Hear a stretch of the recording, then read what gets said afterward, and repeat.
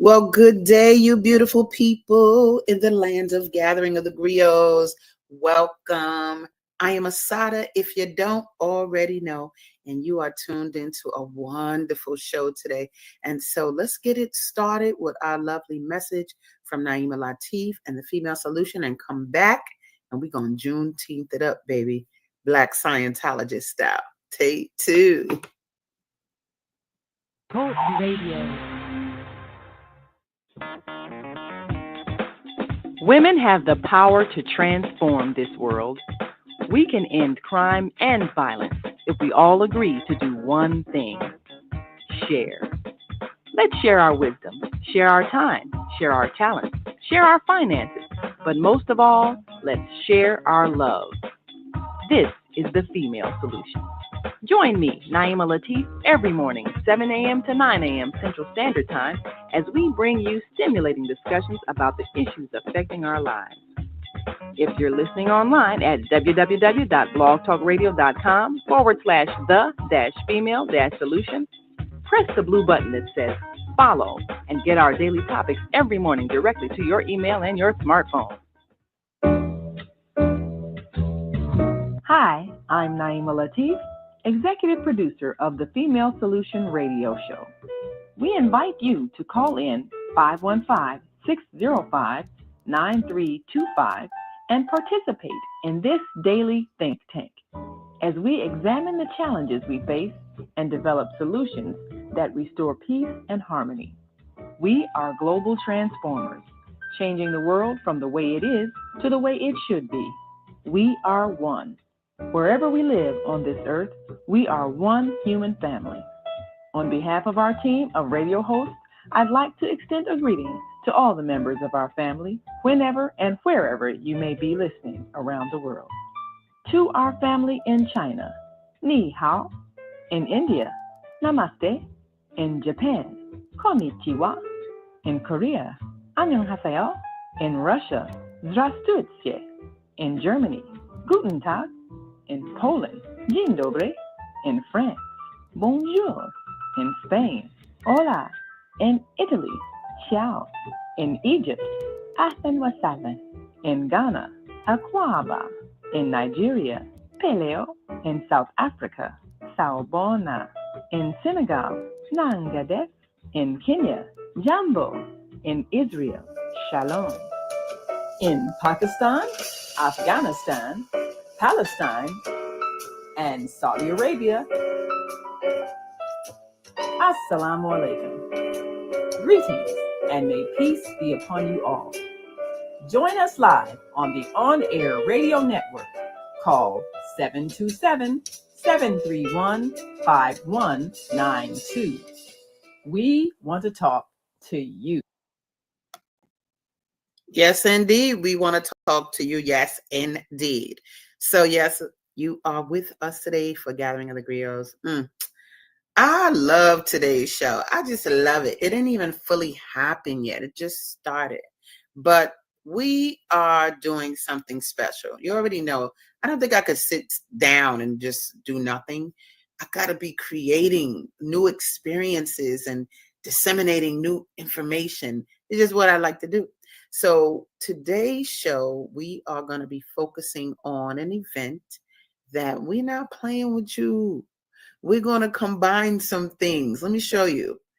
This is an event that is taking place on June 15th, baby. It's called Message to Black People. Yes, it is called that. Nice and clear. It doesn't mean no, but you can't come if you're not Black. Nobody said that.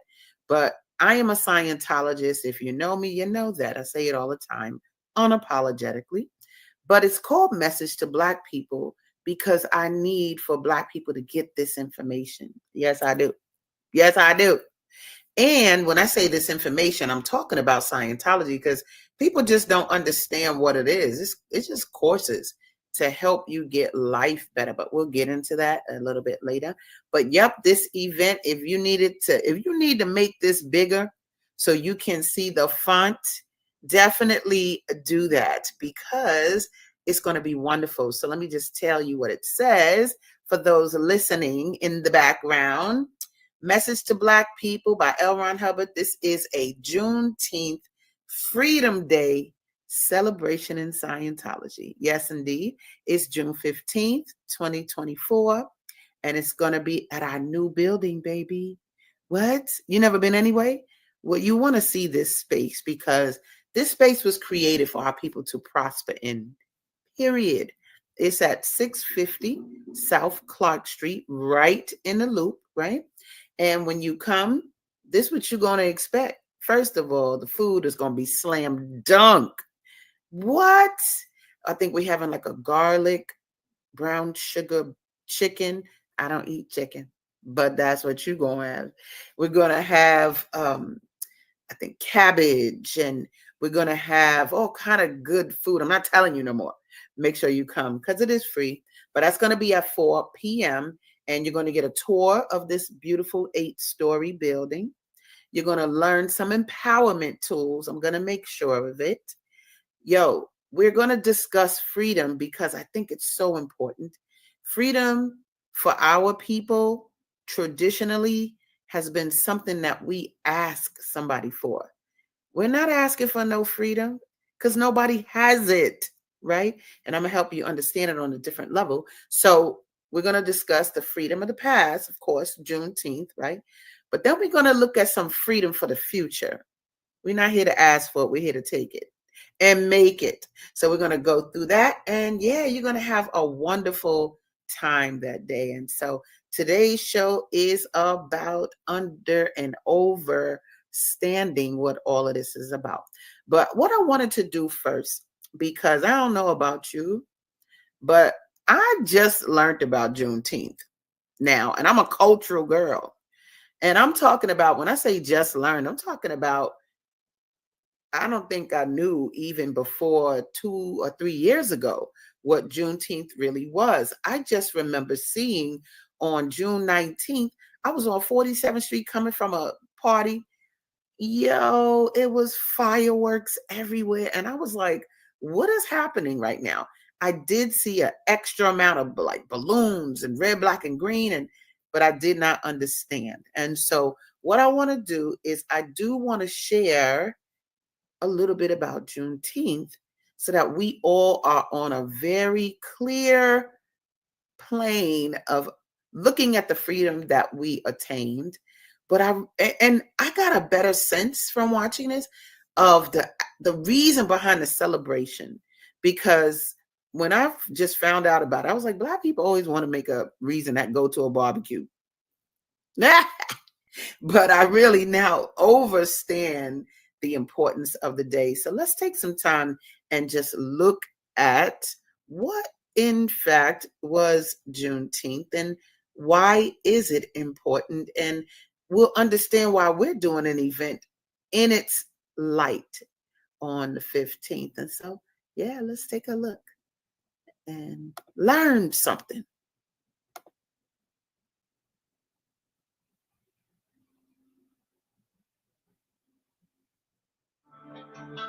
General Order Number 3, the Juneteenth Order.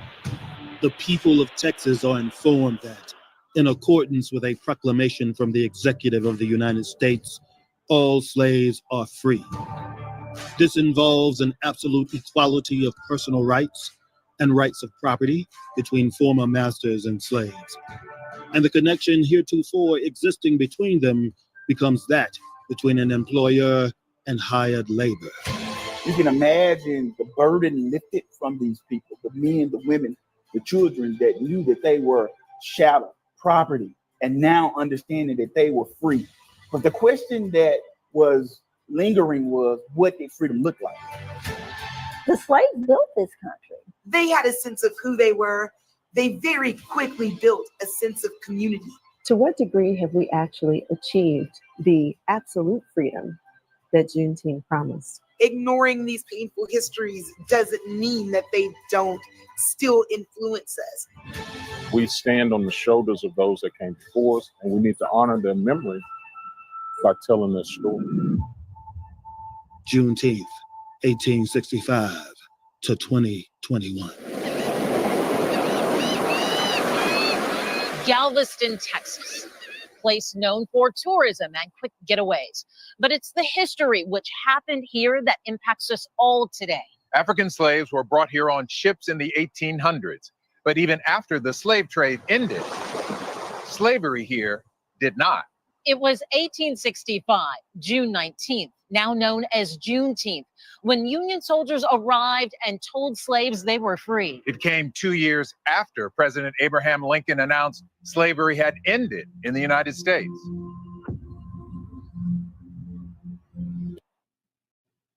What if I told you that these weren't real rocks?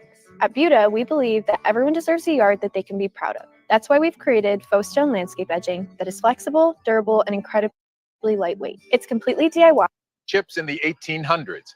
But even after the slave trade ended, slavery here did not. It was 1865, June 19th, now known as Juneteenth, when Union soldiers arrived and told slaves they were free. It came 2 years after President Abraham Lincoln announced slavery had ended in the United States. And we should remember this important date, June 19, 1865, represents the evolution of our country to a more perfect union. We were not perfect in 1528. 1619, 1776, 1865, or even the day in 2021, but we're moving, hopefully, to a more perfect union. Juneteenth is directly related to the history of the Civil War and the emancipation of enslaved people in the Confederacy. Juneteenth is important for Texas because that is when enslaved Texans learned they were free and that the Confederacy had fallen. So we're standing in the 2200 block of the Strand Historic District in Galveston. This was the heart of the commercial district, and at one time Was the largest city in Texas. the largest enslaver also lived here in Galveston. They owned 7 plantations, 4 in Brazoria County, 2 in Matagorda County, and 1 in Fort Bend. Texas was this safe haven for slavery. They did what they call the running of the slaves. That was basically moving their slaves to Texas because there was no Union presence in Texas. When Lincoln issued the Emancipation Proclamation, he knew that that would not immediately end slavery, and it didn't. And the reason is fairly simple. The Confederate States of America had formed its own country. They elected their own president.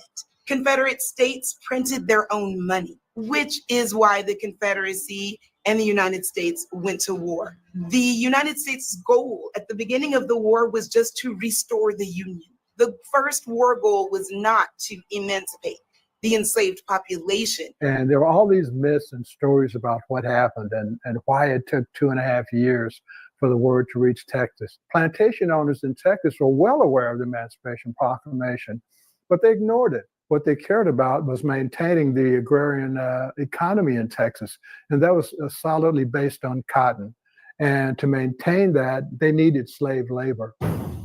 General Gordon Granger was on his way to Texas. Most of the Texas authorities had a pretty good idea what he was coming to Texas to do. Granger was in Texas for about a month. He sent his troops. There were white soldiers and black soldiers. Plantation to plantation, making the announcement. Those black soldiers are people who especially helped shift the Union war goals from a war to restore the Union into a war of emancipation.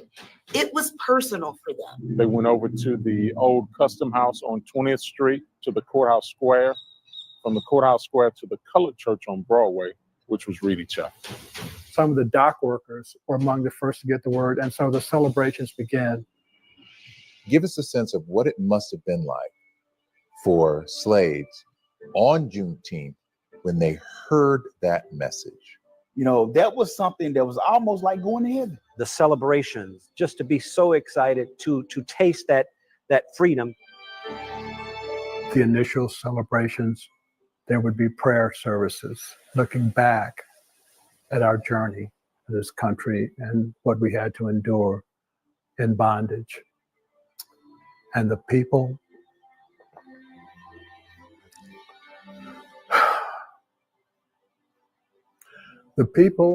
who never lived to see that day I think it's inescapable not to remember those people. Transatlantic voyage, the Middle Passage, people jumping off ships to avoid the treatment that they would have to endure.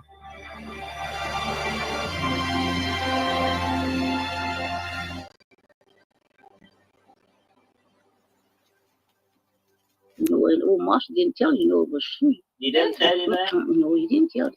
I think now they said they wait them 6 months out of that. 6 months. And turn them loose on the 19th of June. That's why you celebrate that day. Colored folks.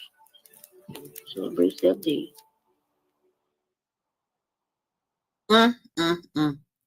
That is a video on YouTube called Juneteenth. I'll make sure underneath the post on Facebook and YouTube that's available to you guys, because it's a longer segment and it does go into the celebrations. But this is the thing. Now I get an understanding of why the celebration is necessary and what it meant back then, because you're talking about, slavery was no joke. We talk about it lightly, but anytime people come in to take your babies and feed them to alligators, or strapping pregnant women up in trees and cutting open their stomachs, come on. When you hear that that's over, the celebration, there was no word for it. But the video goes on to talk about some of us didn't leave the plantation. Some of us were scared to even do that, right? But Juneteenth, why did we choose it? Well, we wanted to look at, and when I say we, I'm now talking about Black Scientologists. We wanted to look at a freedom that we know we acquire from studying this technology, this information, right? And not only that, this was something that L. Ron Hubbard, he actually wrote a message specifically to us as a people.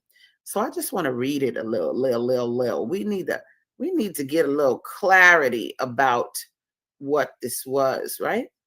So if you need to enlarge this page, please do so you can read it. You'll see in the lower right-hand corner, there is a square, and you just click that and it'll expand. But let me read it for you, for those that are listening.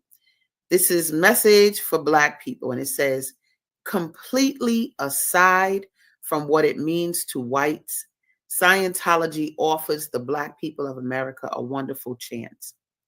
The world's primary study of the mind has a long and excellent record of success across the world in improving the opportunities of man. If Scientology were to be used by the Black people of America, the gains for which they have striven so hard in the social world would be guaranteed. You hear that, y'all? Guaranteed. Scientology can increase intelligence, improve personality, and bring personal power and alertness to any person to whom it is applied. It may seem at first a difficult subject, but it is not. It is far easier than common school subjects. Many Black people have already studied it to a professional level. The gates of Scientology are wide open to Black people. A professional Scientologist has more social standing and ability to help than any other professional field. If Black people, even on a part-time basis, studied it and used it upon other Black people, if Black centers were to be set up in America for Black people, the standard of ability, social activity, and intelligence would be increased far beyond any future possible loss. Look into Scientology and use it to help your own people. Let them truly walk in the sun and take their place among the most brilliant people on earth. All right. And so it's saying, yes, we will be the most brilliant people on earth, coupled with anybody else that uses this technology. But one of the things that's so strong to me about this is that L. Ron didn't write message to no other race. Now, does that mean he wasn't for other races? Of course it doesn't mean that. But he specifically, knowing that our people endured what we have endured, and we could smack slavery, colonialism for the rest of the African diaspora, those heinous things done to our people need handling. And my spiritual mama, Mama Love, she's the sister of the author Frances Cress Welsing. She said there has not been a moment in time since slavery where we've had time to heal. And that's a reality, okay? And so I want us to improve who we are, what we are, how we handle ourselves, how we put our ethics in check. I want us to have all of that in place so that we can go ahead and create our future. And so what I want to show you now is just, I want to clear the air about Scientology. And we have our own television network. Boop, boop, boop, boop. So I want you to see David Miscavige, who is the head of Scientology right now, just explain to you what it is so that you can know and sit in this and go forward and learn all that we have on the table. Oh, look, Naima said here, thanks for educating us, Asadah. This is not taught in American schools. Look, it's not only not taught in American schools, it ain't taught in American homes, in Black ones at that. So we got to handle that. So let's share this video with you guys, because like I said, we're going to clear the air about Scientology today. So you can just understand and be like, oh my God, I didn't know that. So let's take a look. Hold on, y'all. I'm working on it. All right, here we go.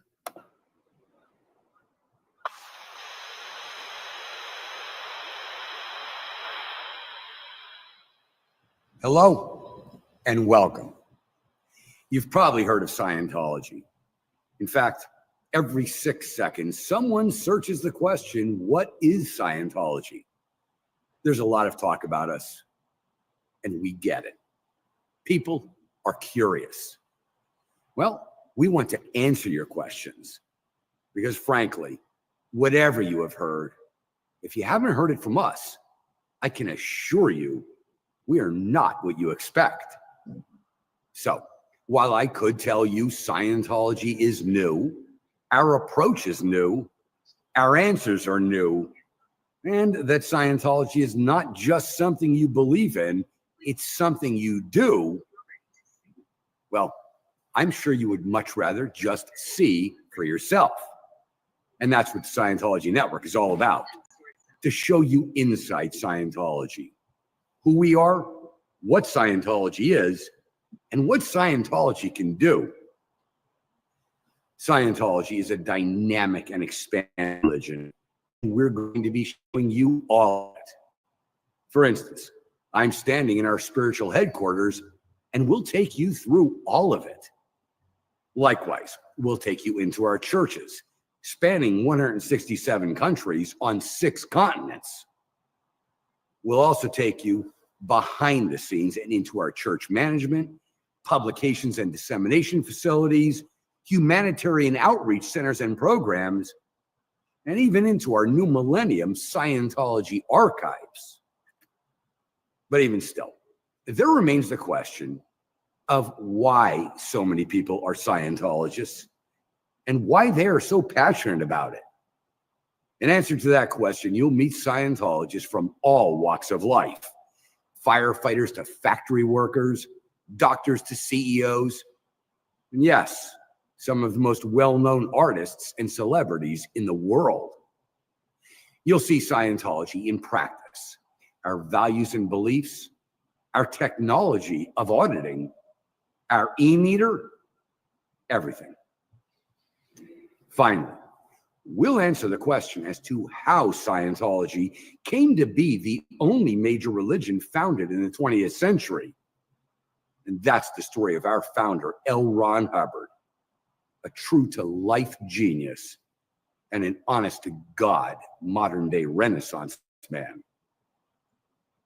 But with all that, let's be clear.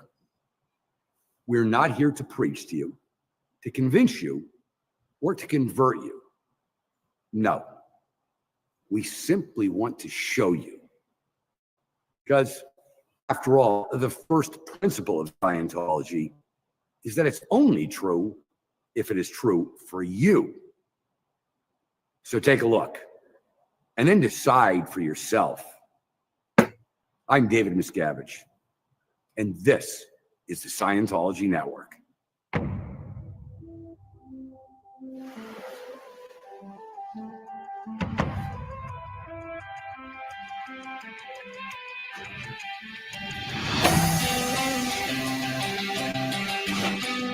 I see a lot of this, where they put their hands over their eyes and look inside the window, and they're like, what is this?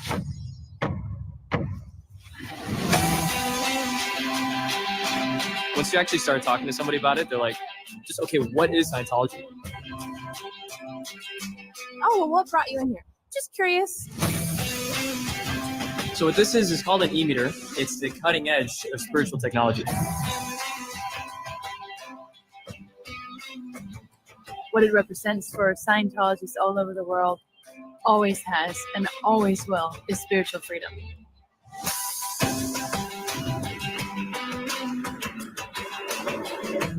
Here at Golden Era Productions, we produce all of the films of Scientology, and we also have one of the largest studios in North America.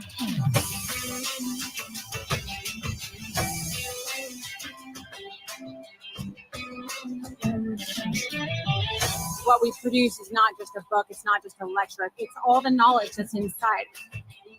When we consulted with the British Museum, the National Archives, we wanted to find out how do the best archivists in the world do things.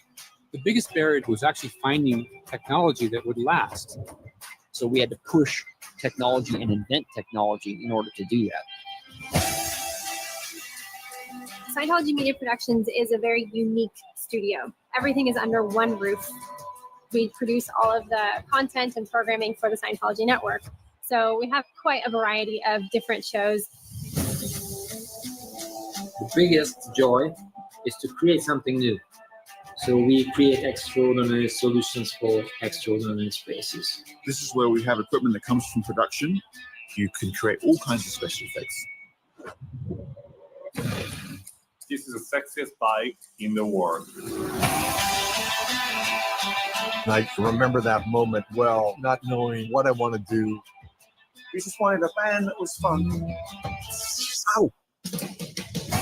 It's like a feeling of freedom. I'm a comedian. I am a Scientologist. I'm a veterinarian. We are both designers. I'm a version control engineer. I played 10 seasons in the NFL. I'm a horse trainer. With the Jive Aces, I'm a real Scientologist.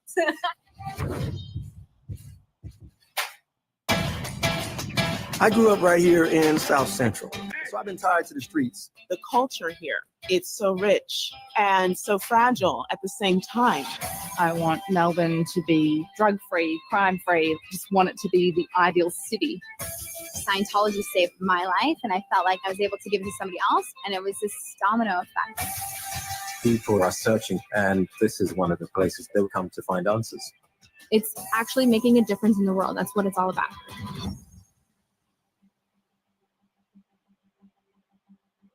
Well, if it's not true for you, it's not true. I find it's a very good statement. It agreed with my own personal philosophy very well, because if there's anybody in the world that's calculated to believe what he wants to believe and to reject what he doesn't want to believe, it is I.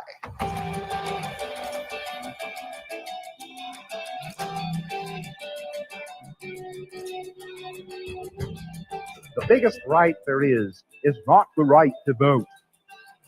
Is not the right to freedom of speech or press or religion or anything else.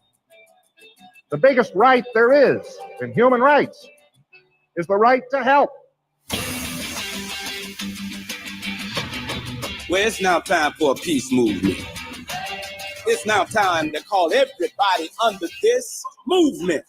The cure for our children, as far as their education, is to make them quiet. So this is tragic. That's why we're out there educating, being the voice for those who don't have a voice. To see the impact you can have on others and how you can get others to change. It allows me to know that I'm not the only one out on this battlefield fighting this battle. I would just say to anybody, if you're going to do something, if you're really going to do something, go educate yourself on it beforehand. Get the facts, check the statistics. Find out the actual truth of what these are and what they're going to do to your life. Find out for yourself. This is the story about human rights. For those who don't know, you need to. These you gotta learn forever and ever. Know your human rights, don't ever surrender.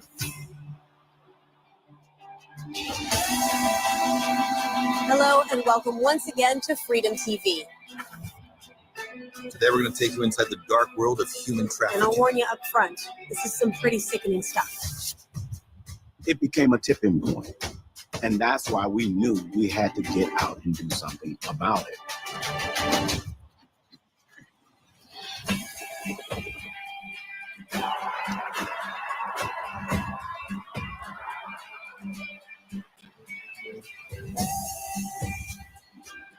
There's nothing really much more fulfilling than helping people. That's our passion. One person that you help turns into 3 people, turns into 10, turns into a whole city.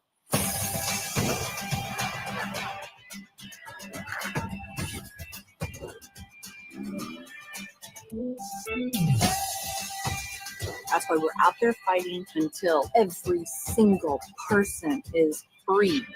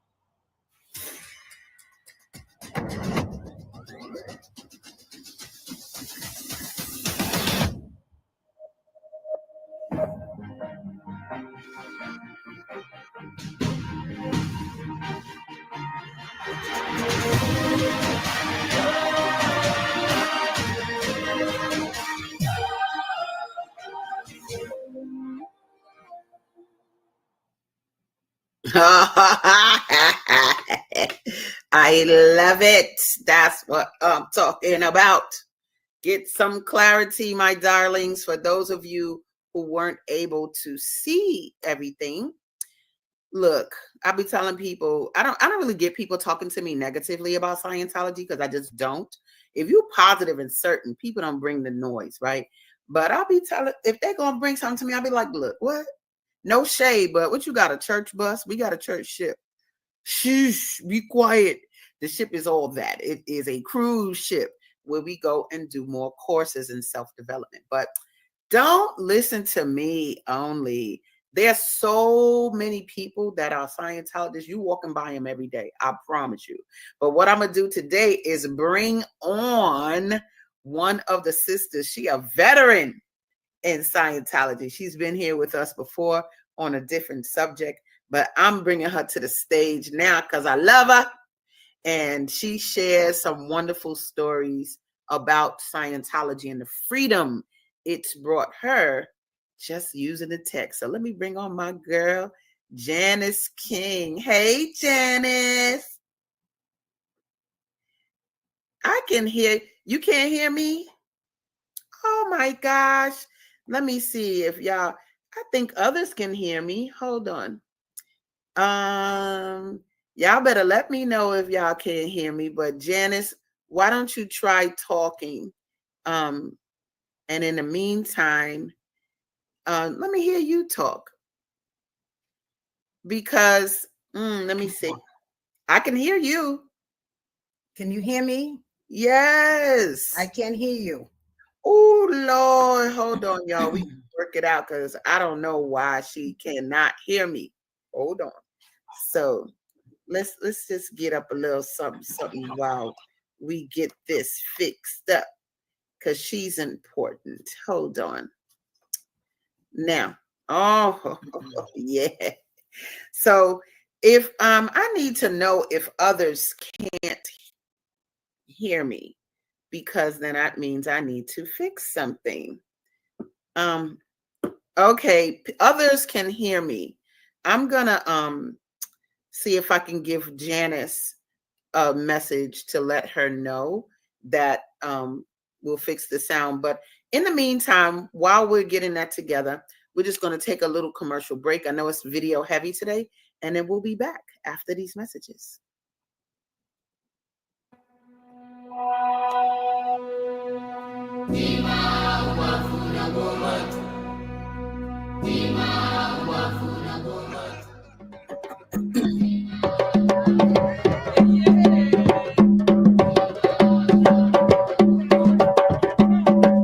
And Anase went back to the village with the golden box.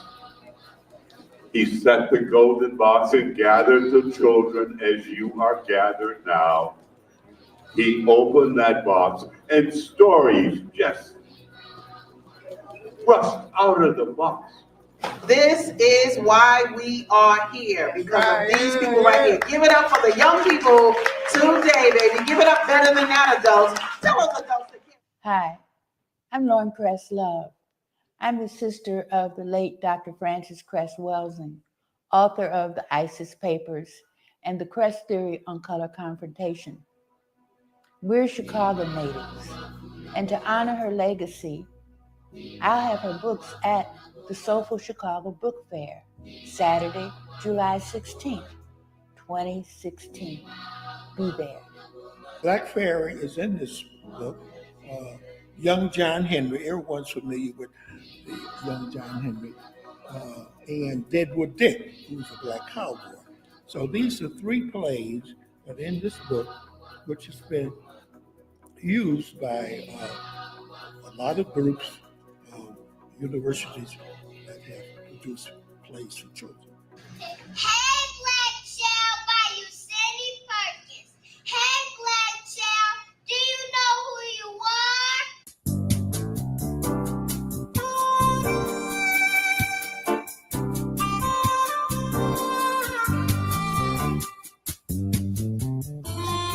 Hi, I'm Joyce Clark. I'm 92 years old, and I have written books for Black girls so that they know how important they are and they learn the mystery to their history.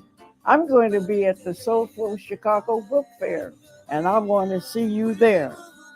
Saturday, August 3rd, 2019.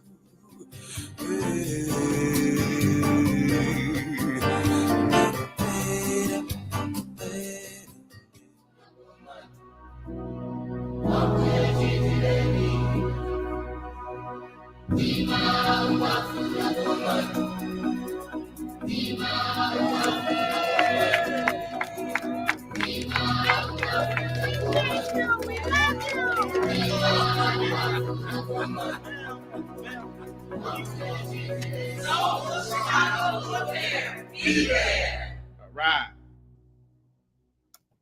Hi, I'm Naima Latif, and if you're watching this, that means you're one of the 4.6 billion people from around the world who are using an electronic device to talk to people.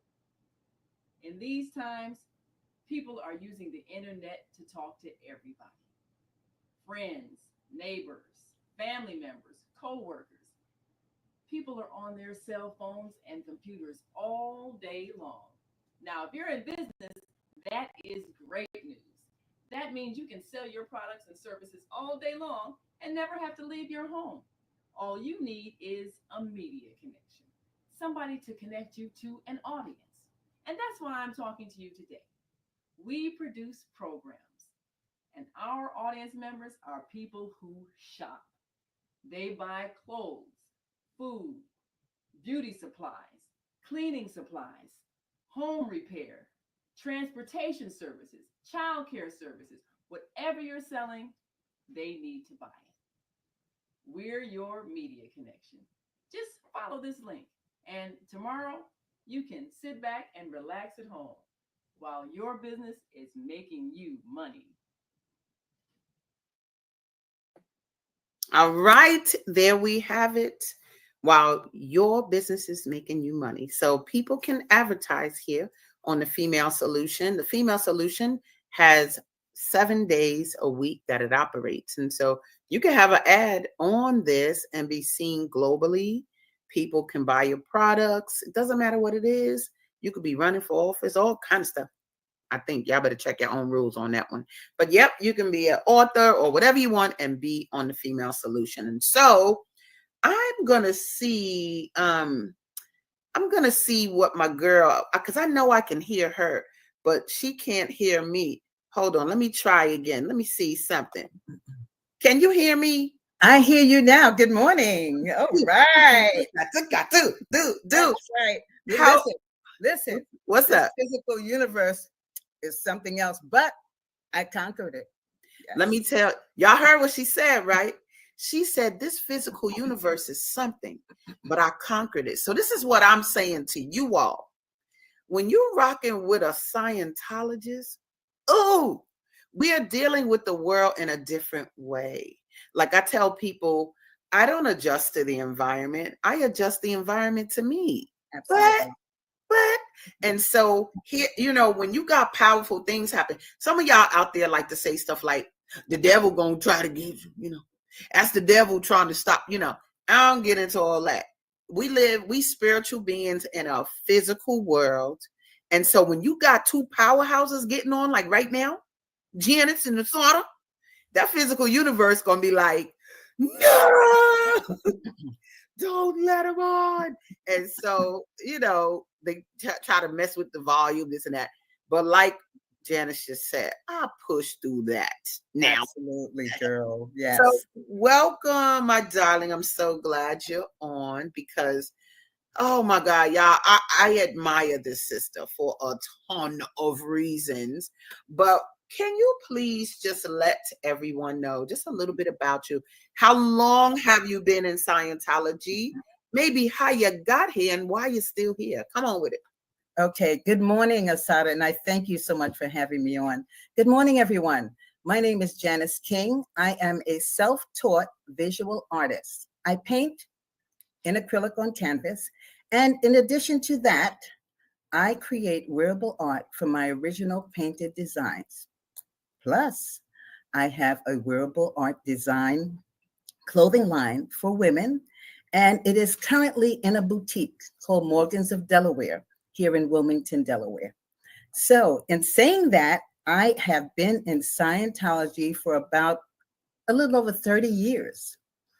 What brought me there was that years ago, I was looking for something. I was searching for myself and my soul and my purpose. And I had read a lot of books. And in the reading of the books, I came across Dianetics.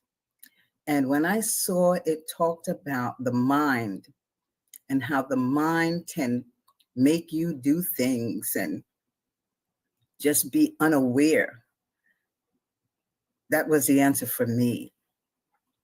And I went into the org.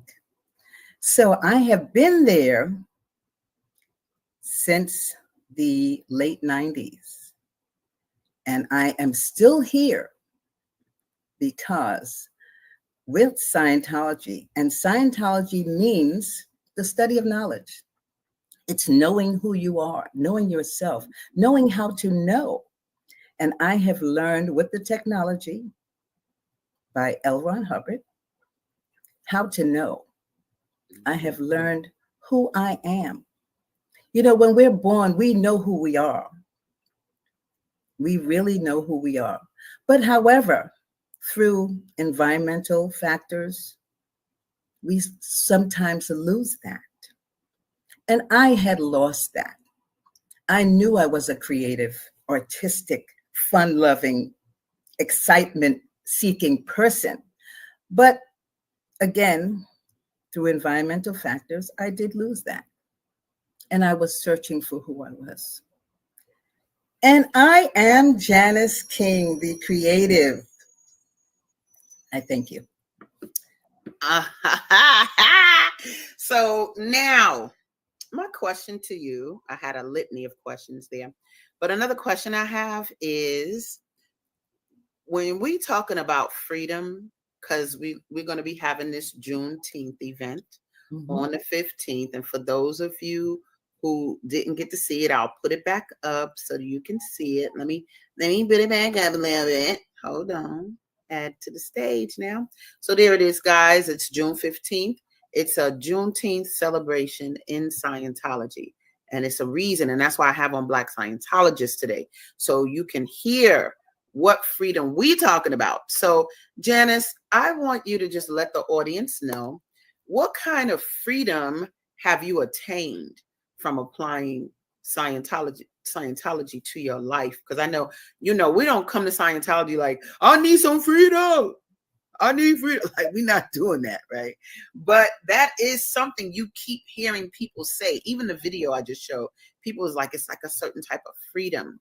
Can you just explain that? Like, what kind of freedom came to you in your life using the tech?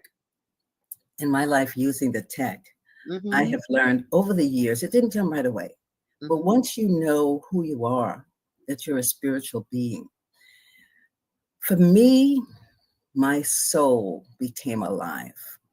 I realized, I had realizations about life. So that was a freedom for me, knowing that, okay, Janice, you can reclaim what you intrinsically know. You can reclaim it and set it forth. So that was a freedom for me. It was also a freedom for me to know that I can accomplish anything that I want. And that in itself is a freedom. Yes, we have this planet that we're on. There are rules that have been generated. There have been proclamations. There have been laws. However, and even with that, there is so much unrest. But within oneself, like myself, I've learned and gained the freedom to be me, to operate in a sense that I know is best for me. And there's still more to come. And there's still more to come, you guys. And so, see, there's a sense of freedom in the Scientology world that I know people aren't really clear on. And so I'm gonna share some of these definitions, because we need to know this. And I'm gonna share one of the things you learn in Scientology, your vocabulary increases. Wouldn't you agree? Absolutely. And when your vocabulary increases, now you're talking about your ability to read things you couldn't read before and understand on a whole other level, right? And understand on a different level. Even your painting. When did you start painting? What year did you become a painter? I emerged as a self-taught artist, painter, at the age of 60. That was about 7 years ago. So for 60 years, I had that within me. I was very creative throughout those years, but not really flourishing or not being able to flourish in the realm that I was operating in. I'm operating in a different realm now. So, and as Asadah said, you gain a new sense of vocabulary because you learn how to learn. You learn how to read, how to clear words. That means look them up, define the definition, define the meaning, use those words in sentences, make sure you understand the word as it's used in the context that you're reading. And that increases your ability. You can really learn and understand anything in life. Absolutely. Let me show this doggone definition of freedom. So it's going to cover us, but y'all going to still hear us. Look at this definition. Let me even move your name for a minute. Now, freedom. We have a tech dictionary, and these are some of the definitions of freedom. Number 1, lots of space and the ability to use it. Okay. Number 2, ability to create and position energy or matter in time and space. Y'all ain't ready for all that. The ability to create and position energy or matter in time and space. I'm going to give you an example of that in a minute. And then lots of space and the ability to use it. Okay.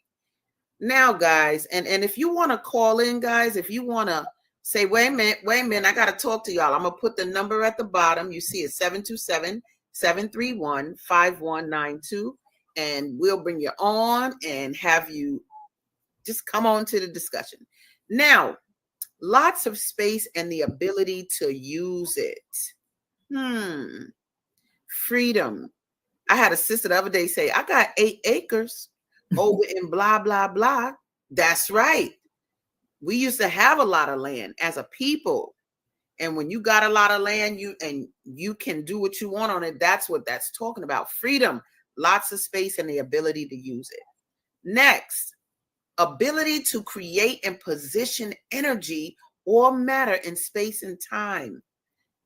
I didn't have a book fair at once upon a time, but one day I just decided to do it, and I just taught myself how to get the tables, get the chairs, get the authors, get the applications to join. It was just, I created it. I manipulated matter in time and space to make the book fair, and then boom, it was done. And that's a level of freedom when you could just create. Be godlike, creator. All you got to do to be godlike is create. That's a creator. And then lots of space and the ability to use it. That's the freedom. These are the new definitions of freedom that are important for us to bring to the table so that people, you create your own. We're not here to ask for freedom anymore, guys. Nobody has it. We're here to create it ourselves. And so which of those would you say kind of exemplify who you are and what you've done? Because Janice, personally, the clothing you make and the art you do is stellar.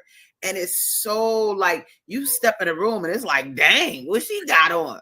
Where you get that? But it's like the fact that you made it yourself, the freedom in that, the freedom in creating it. Can you describe which of those definitions, if any, just like exemplify what you've done with this part of your life? And by the way, 60, what? You said 60 was 7 years ago. You look fine as wine, girl. Okay, cool. Yes. Well, I will say each of those definitions, all of those definitions describe me and what I feel. Because the matter is that freedom, is having lots of space. Sometimes I felt years ago closed in. Even though I had space, it was really not enough. And your soul, your spirit needs space also. Not that you have a whole lot of space around you, which is good, but you have to feel comfortable in that space. And I came to the point where I felt comfortable. Years ago, I did not feel important at all. And I'm just going to bring up something. There are certain activities that we do and practicals, things that we practice in Scientology. And one of the things that I encountered was the survival rundown. Prior to that, I did life repair. And it was during life repair that I realized, hey, I'm important, I'm important. I did not own that prior to that. But through the processes, through the activities, through the practices, I've realized that I'm important. And Scientology teaches you that. Sometimes people don't know that. Or they may know it, but for me, I had lost it, and then I regained it. So freedom for me is having lots of space, creating, using my abilities through time and energy, and I can create. I feel the freedom to do that. It like exudes from my body. Yes. And I'm really proud of myself. You know, my late mother would be proud of me. Also, I know she's proud of me because she was very creative. However, she did not allow herself to flourish in that creativity. The difference is that, Mom, I love you always, and I'm allowing myself to flourish in the creativity. And I'm excited. I'm happy. I am rejoicing. You know, Juneteenth, as Asadah said, hey, it's a celebration for all of us, for the freedom of our people, or the so-called freedom of our people. You know, June 19th, 1865 is when it was enacted. June and the 19th combined made Juneteenth. And it's coming up. My eldest son was born on June 19th. Wow. So, yes. So you talk about freedom. Freedom. Baby, that's another level. Just brings a whole nother significance. Absolutely. To Absolutely. Juneteenth, the Juneteenth, baby. I really appreciate you giving such simplistic explanations of how you've applied Scientology. And I know you all listening can relate. I know you can relate because look, we ain't looking crazy. We looking like two regular Black women, natural, doing the thing. But we are using this to enhance ourselves. I went to college, but I'm gonna tell you right now, all that money I gave them, I'm not using that knowledge because it wasn't designed for me to necessarily use it. It was just to regurgitate some data and have me get that paper. But with Scientology, baby, when I found it, I've been in a little over 20 years, maybe like 22 years or so. But I raised my daughter 20, so I raised my daughter in Scientology. And so the sanity that I used, and even who I am, I told people, you like me because I'm a Scientologist. I'm trying to tell you that right now. I wasn't mean, but I just didn't really care about you and what you talking about. What? Get out of here. But now I have a better tolerance because I took the course, how to improve relationships with others. Yes. Baby, my accord was low. Like how my relating to people was low. We got a comment here. It says, oh yeah, Naima says, thank you for the true definitions of freedom. People who think freedom comes from someone other than themselves remain in mental bondage, baby.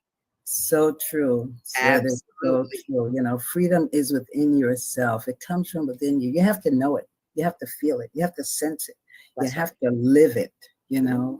And until you do that, you know, what kind of life are you going to have? What kind of life, baby? What kind of life? And I think as Black people, I think we are so accustomed to having someone else be an authority. We teach our children how to take authority, but we don't teach them how to be authorities, right? Absolutely, yeah. And this type of thinking requires you be an authority for yourself. You understand? So yeah, you gotta be an authority in terms of your universe and your place in the world. And so that's really what this is about to me. This is about us exemplifying that. This Juneteenth celebration that's coming up. I know, look, Janice in Delaware, but if she wasn't, baby, I know she would be there. Yes. Big time. But it's to create more of this, to create more Janices that have this ability in your spirit, but you just don't know how to get it out. Our families may not have fostered it and said, you're good. Well done. We didn't do that. We just said, get your butt out of here. You get on my nerves. All of that, which is stifling and suppressing. And so we learn how to get rid of it. Any last minute before we go to a commercial break, knowledge, wisdom you want to give the audience that's watching your beautiful self? Yes, what I would say is based on the words you use, stifling and suppressing. Stifled and suppressed is what I was for years. I'm not blaming anyone, you know, but hey, I'm owning myself and knowing the state or condition that I was in. You know, everyone is in a particular condition. And until you find that out, you'll be floundering. So I knew that I was in a stifled and suppressive condition.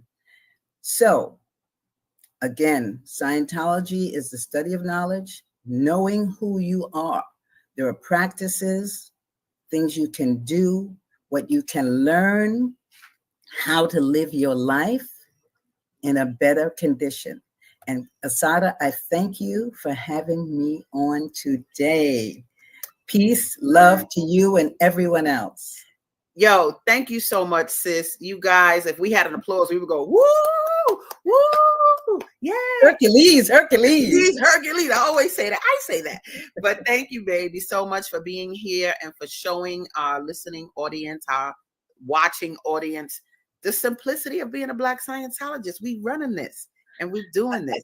Before we go, L. Ron Hubbard wrote a message for Black people. I read it. Oh, you read it. Excellent. Baby, I showed it and I read it. Okay, cool. Because I had it right here. That's right. That's right. I put it up on the screen, baby. And people who come to our event will get copies of it. We'll make sure of it. So we're having them specially made. So thank you so much, Janice. Excellent. I love you tremendously. And let's continue to flourish and prosper. Absolutely. That's our aim. That's our aim. Yes. We're going to a commercial break, guys, but we'll be back with more fly Black Scientologists and brothers and sisters that are flourishing using it. So stay tuned.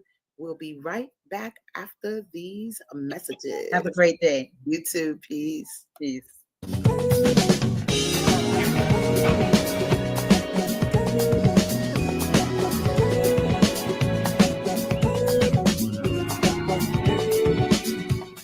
Soulful Chicago book fairs are the most exciting Black book fairs on the planet. Born in July of 2016, Soulful Chicago book fairs have both increased the literary marketplace for Black writers and given lovers of Black literature places to find books about the Black experience the world over. The main summer book fair stretches 4 city blocks on 61st Street between Cottage Grove and King Drive. Each block is characterized by its own genre, donning the works of fiction authors, nonfiction authors, and children's authors. How it's gonna be. The day begins with a procession of elders atop a float, demonstrating the book fair's honoring of community elders.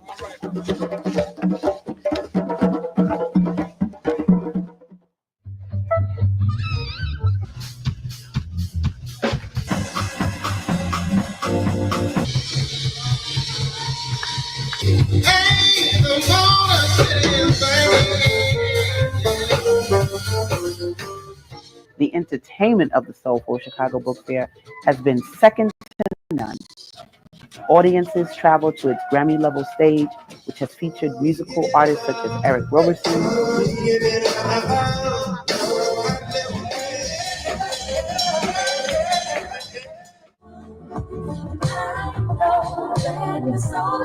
King,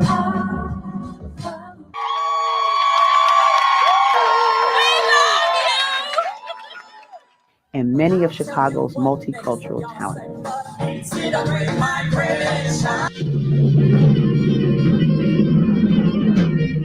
The book fair's community stage sits equidistant from either end and showcases puppet shows, open mic sessions, and author talks for festival goers to enjoy. That bought homes or provide an economic foundation. Aspiring authors have enjoyed the Soulful Chicago Book Fair's lineup of helpful workshops on publishing, writing for children, and legalities of the publishing industry and more. From its exhibitors to its entertainment,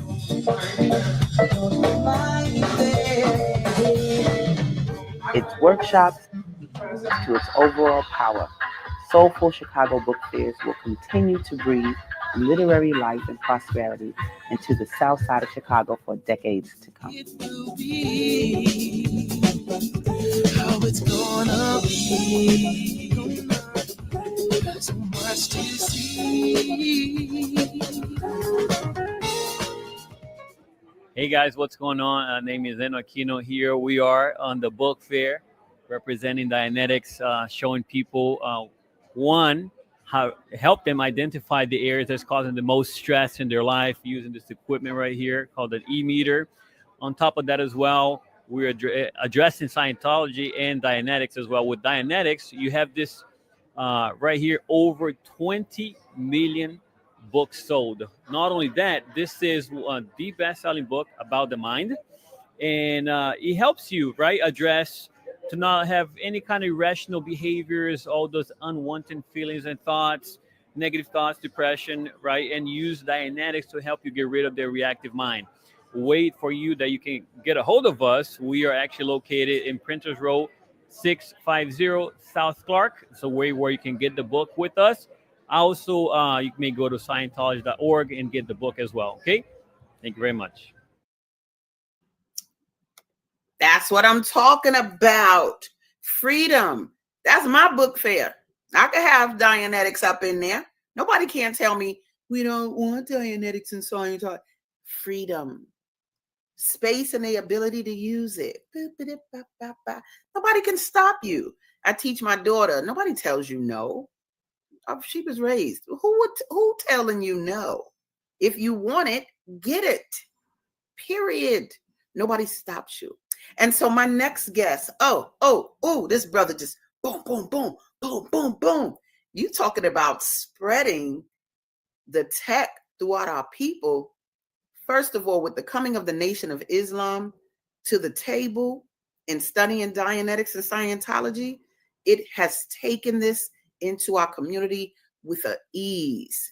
And so I am going to bring on this brother because he's the bomb. Hey, Brother Scott. Peace, Sister Asadah. How you doing this morning? Look, I want to say your saying. Tell me what you say when I say how you doing. Tell them what you say. It's sticking and jabbing, ducking and dodging, bobbing and weaving. That's what he say when I talk to him. So thank you for being on today, brother, because I think it is so important for our people to see how we're applying this technology. Mm-hmm. I need us to stop being scared. Don't be scared of something you don't know. You ain't never touched Scientology. Well, if somebody upset, they say, have you taken the courses before? Well, no, because that right then, me and you, we different, because I go based on what I observe and what I experience, not based on hearsay. So, Brother Scott, yes, ma'am. Man, how did you come about Scientology? And I'm going to ask other questions. How'd you come about it? And then you disseminate well. I'm going to show some images, but tell us a little bit about why you use it. Well, I came into learning how to deal with the tech from a brother, Robin 3X. And he was down south. He was working in Birmingham, Alabama. But when Honorable Minister Louis Farrakhan opened the door and recommended this tech to us for our use and for use in our communities, Brother Robin went all over the place introducing it. I was on a camping excursion a few days ago, maybe a week ago, and I met a brother who was in jail. And Brother Robin was part of the prison ministry. And he got introduced to the tech while he was locked up. So he had the teachings of Honorable Elijah Muhammad. And while he was locked up, he did all 19 basic books. Right? He came out like boom. Bang. And I mean, the brother, just tore out of the jail, and he's successful. He has a beautiful wife, started a family, and was part of organizing, this camping excursion where we did, emergency response team training and stuff like that. So Brother Robin, that's what I'm getting to. That's who introduced us to the tech. That's amazing and beautiful. And then, so once you got it, what'd you get? Like, what did it create in your actuality that made you now push it out to the rest of the world? Well, when the minister endorsed it, when he said, "Hey, look, I found something that could help you," that alone for me, I was like, okay, it's something to this. So I'm going to find out what it is. Mm-hmm. And when I read Dianetics, the Modern Science of Mental Health, it was just like, oh, wow. And when I took the course, I just completed it. And when I completed that course, like through the process of completing it, it changed the way I look at people, like how I see their behaviors in the community.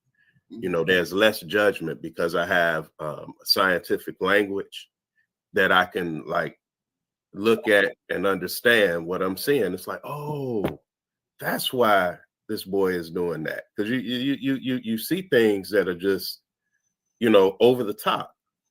And it's like, man, what is wrong with us? Right. But that don't have to be a rhetorical question.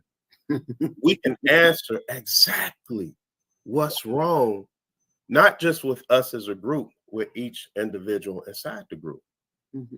And so, like, when I saw this tech and started reading it, it was like, whoa, wait a minute. There's some range here. There's some possibilities here. Some people that, when, I work with mothers of murder victims. Okay. And when you're dealing with a mom who has buried a child, we planted fruit trees. Davion Tarver was 4 years old, I beg your pardon. And little Cupcake McKinney was 3. How do you console a mom like that? And it's like, nah. And it used to be you just knew they were going to carry something from now on. But with Dianetics, we started auditing the mothers. And, in Dianetics, it'd be a secondary lock, and we went in, started popping those locks. And I actually got an award because we had a mother who couldn't walk. And she sat with a young woman named Patricia Muhammad. Patricia audited Miss Crenshaw, I think 5 hours straight. And Miss Crenshaw left her walker at the center that we did the event in. She in Houston now, moved to be next to her grandchildren. She said, Scott, they pulled me off of 4 of my 7 medications today. We audited her Saturday, and she had a light session Sunday. Monday, she got pulled off of 4 of her 7 medications. Living her best life. Living the best life. So that's, for me, I've been doing this a long time, to have something that actually can lift some of the burden off of these moms. Mm-hmm. That if it didn't do nothing else but that, whoa, it's worth its weight in gold because of the trauma we got in our community. Sure. Y'all now, so y'all healer in it. See, Black people been healers, but we done forgot some things. One of the things that L. Ron Hubbard says is, if you see a problem, look at what you didn't do and know why it's a problem. Okay. And so now you got a different level of responsibility on the table, guys. But that's what Scientology does and Dianetics does. It helps us tool up, get that arsenal tight so we can get back to being healers, because we're in a different environment. When we used to heal and just go outside and grab the root and put it in the cup and do that, it's concrete outside. I'm from New York now. Yes. So the healing process is different because now we got televisions and we have waves that we can't see that are impacting our purity, our health, so we need different tools. And that's what Scientology and Dianetics is providing, guys. It's providing tools. We got a comment here. Oh, let's look at this. From Talis Farrow McArthur says, praise God. Good morning. Sister, thankful for the knowledge, teaching, and sharing your wisdom. Peace, love, and abundant blessings. Ooh, ooh, ooh, ooh. Bam, bam, bam, bam, bam. What? I don't care about no negativity out there. We have our own power.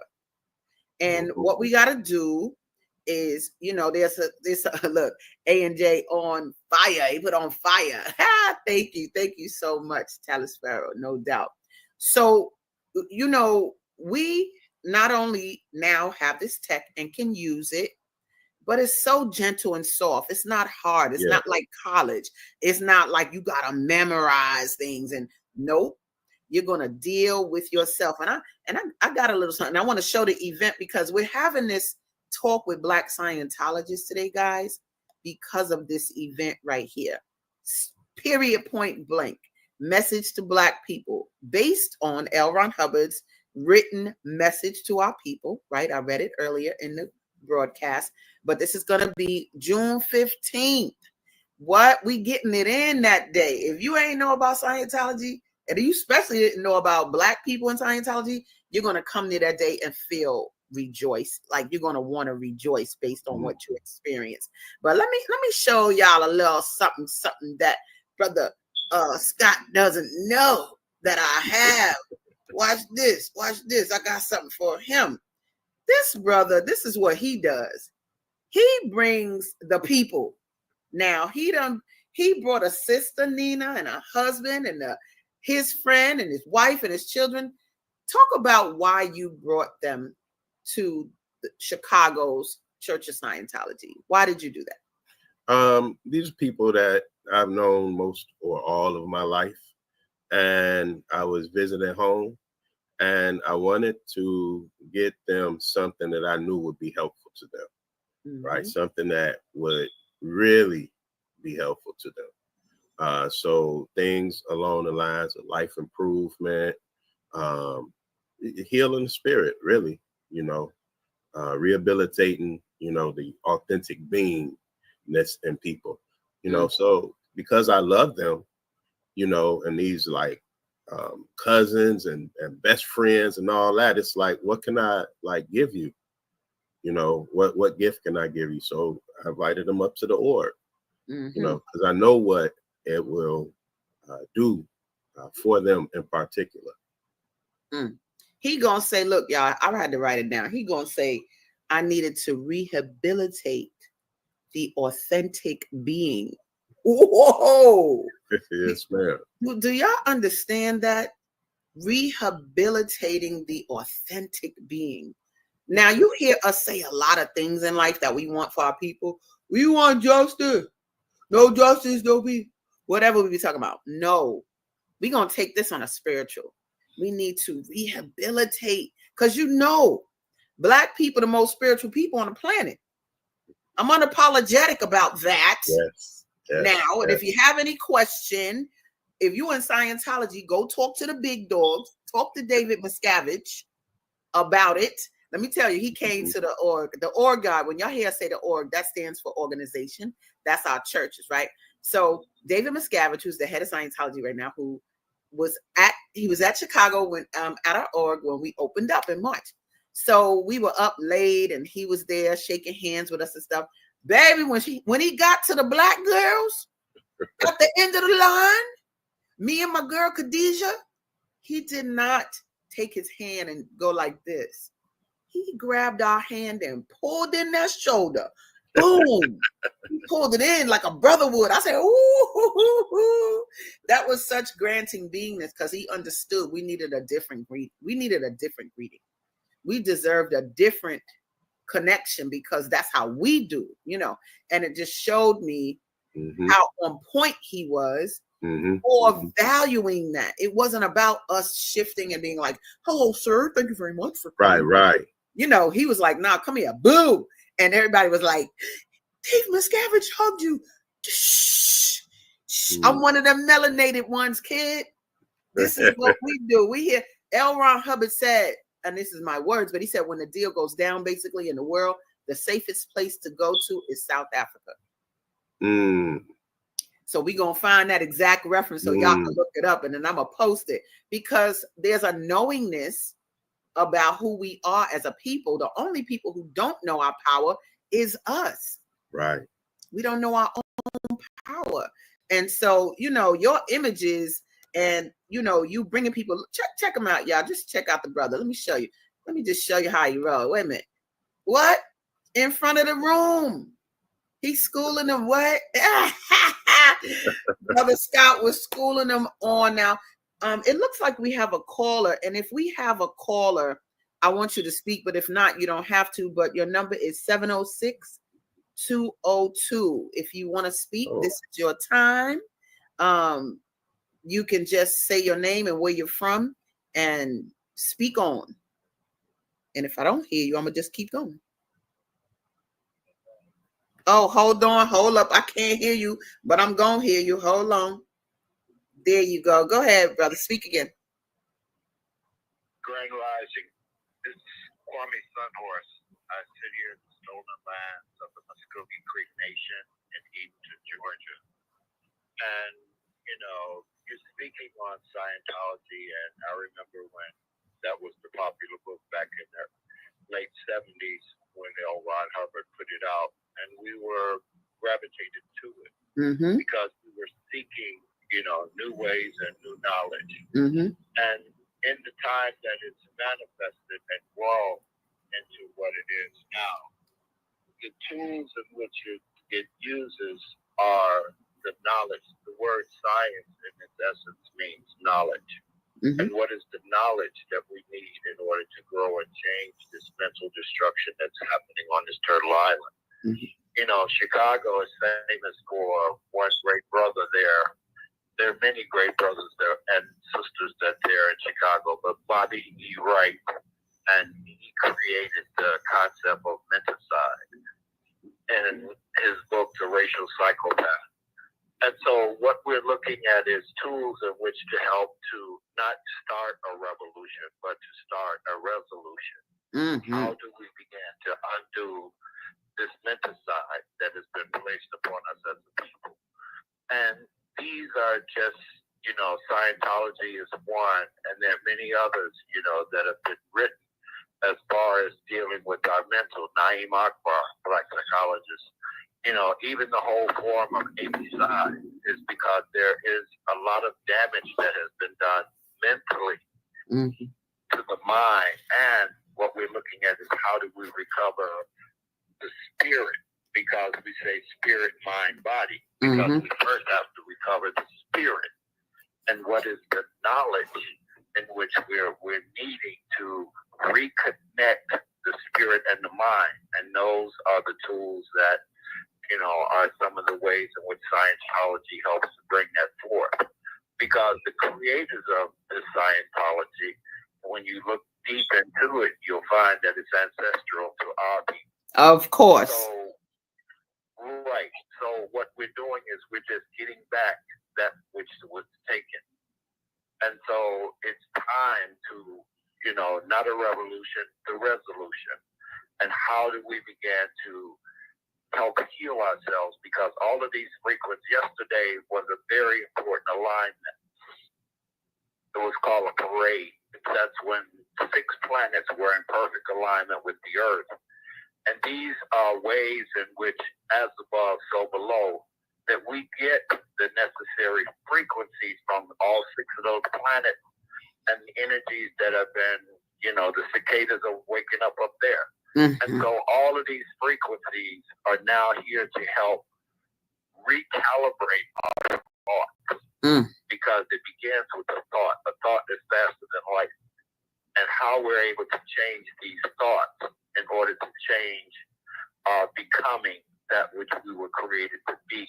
Being and becoming is part of our existence. We come with purpose. Absolutely. And thank the brother for, sharing the knowledge and bringing forth it. But it's another tool that we need to help to bring us into wholeness. Yes, absolutely. Thank you, brother. This is what people don't know, is that we have all of these spirits walking around, passing us in the street that have this level of knowledge, including yourself. One of the things that L. Ron Hubbard said that is similar to what you said, he said, Scientology is not here to help you learn anything new. He said it's here to help you remember what you chose to forget. Period. And so when you talk about our people, yo, we know what's up. We the people that see the star with our naked eye that you got to use a telescope for. Period. That's the doggone, right? But we our melanated selves with such an asset to the planet. People can't understand why they got to copy us, why they got to take us, or why they can't understand it.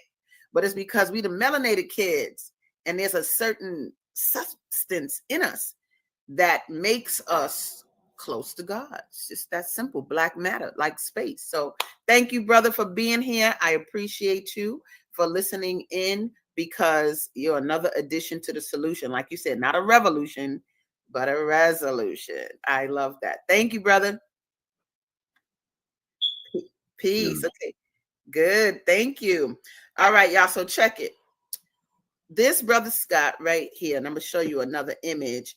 I want you to just talk about, you came to the org, you was teaching them specifically, you wanted them to learn about self-analysis. That is a book written about y'all, self-analysis. So explain that a little bit, because that's what you were getting into at that point that we're looking at. Yes, ma'am. Thank you. Well, actually, at this last excursion I went to, I also did a piece on self-analysis. If I can, I'm a farmer, and I was invited, I think in 2018, something like that, somewhere up in there, to the Northeast Organic Farmers Association conference up in Massachusetts. And I did my workshop and everything. And towards the end of the night, they lost their keynote speaker. So they asked me if I would keynote. And like, I didn't come prepared to keynote. I was doing my workshop. My workshop was done, right? But I decided to go ahead and talk to them. And what I talked to them about was the state, like all the farmers, the people who are growing your food, they know that it's a big thing happening right now, and that our food system is in a lot of trouble. That's stating it nicely. So as I was talking to them, I was pointing out that I know that a lot of them, because that year, gun sales went through the roof, the weight on bullets and everything. And I told them, I said, well, I know why you stocking those weapons in your house. You stocking them up because you think that when the economy barrels out, that my sons are going to jump your fence to try to get some of your food. I said, but that's not the real enemy. And I asked him, I said, I want you to take a picture in your mind. I want you to just think this through.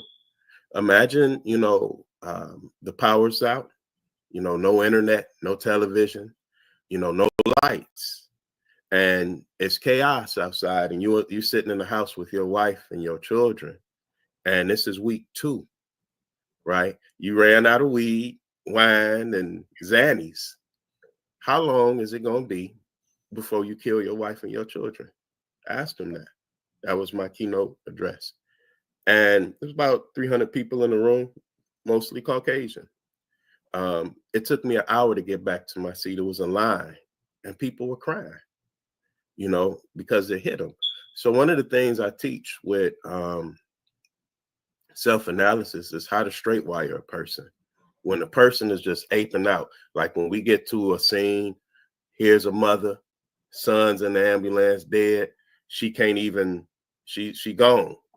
You can do a locational where you like ground the person back in present time, and you can do straight wiring, where you get the person's attention off of the event and put them somewhere else, just with their straight memory, no hypnosis or anything like that, straight memory. You're looking at pleasure moments and things like that to get that person back in their own body, in their own space. Because a lot of people, like one mother, she described it to me. She said, when they called and said that my son was gone, she said, I literally left my body. Right. So this is how you bring them back to their bodies and bring them back to present time. So I use it as crisis management, emergency response, and disaster preparedness. So with what I see coming, and I'm dealing with the people that I love, from birth on, It's like, look, put this tool in your belt. You can use this. You ain't got to go to school 4 years to get it. You can be absolutely certain of what you're doing and how you're doing it. You know what I mean? You can actually learn a skill, you know, that is as certain as you putting screws in some drywall. It's that certain. You know, you can lift stuff off of people and help them to function better. You know, and if you're going to be, you know, we in situations when you look at the weather, where sometimes power's out for a week. That was in Houston just now. We do disaster first responders training and stuff. You know, if you in a house 3-4 days and you got children and it's hot and you can't cook and you know it's all that's going on, how do you keep from hurting your children? They get on your nerves. Because you know what the culture we come out of say, oh, the child is on your nerves, really. Say he's acting up. He on your nerves, beat him. You know what I mean? Right. And you don't, it's like, no, hold on. There's actually a better way. You don't have to, you know, get worried that I'm gonna take your belt away. You keep your belt and put it in a glass case to say in case of emergency break. Okay, do that. But let me give you this tool that will allow you to handle your child lovingly and with great certainty, like just the confidence, oh, this will work. That's right. And it does work. And I don't care how far out you get. I understand. Listen, now, you know, look at this. Thank you. Now look at that. And you see the child come back around. You know what I'm saying? It's a beautiful thing. It gives us so many tools. That's right. It gives us so many tools. And you can be happier because you ain't harmed nobody. You ain't harmed nobody. All you have done is help a person. And you can see them go from A to B like clockwork. You can take them A through F, but you're going to go A, B, C, D, E, and you're going to arrive at F. And you're going to say, okay, they cool at F. They can level off. Yes. You know what I'm saying? And you see the person, you know, coming back to self, and now they thinking reasonably. Now they trying to reason with all of the things.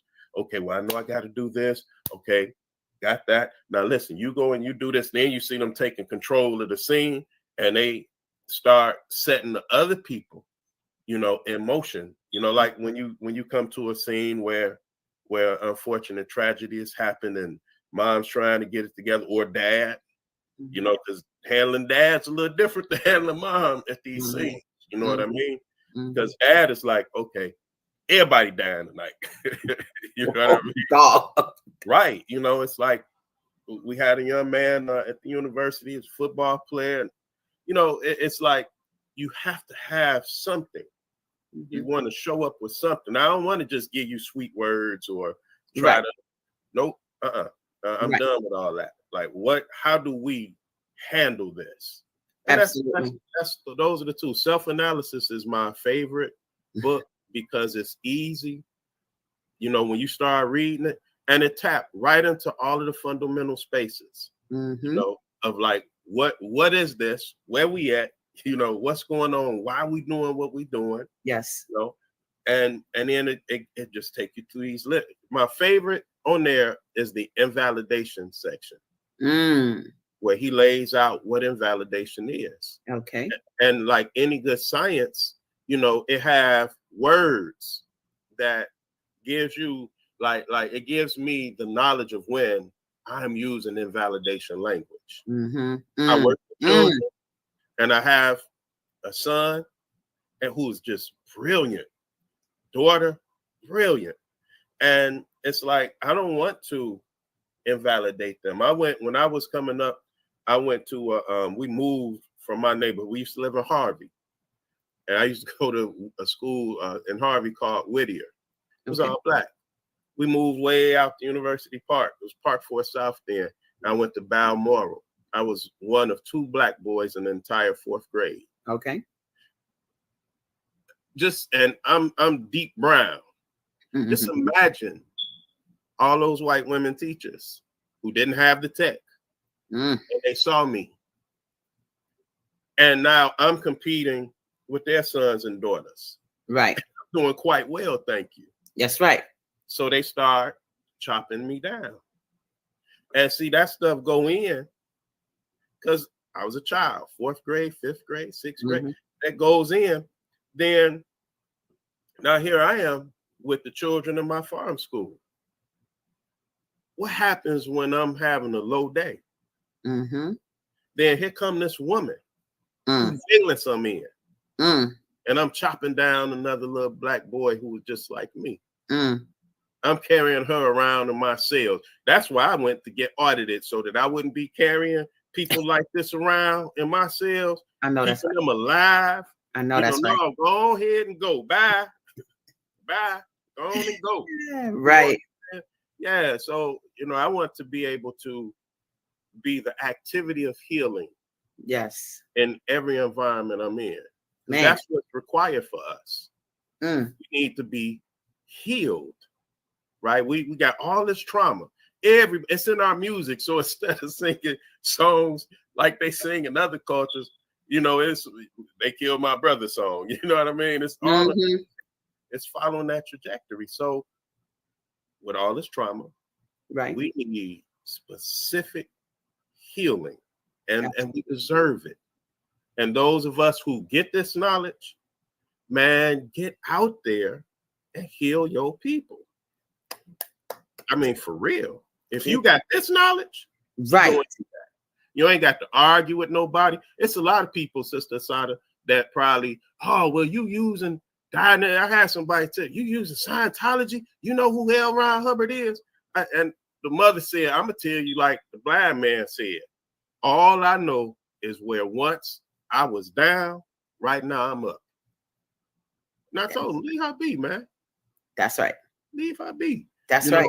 And everybody, if you got this knowledge, you know how to blow locks. You know how to lock scan. you for real? Man, go see your mama.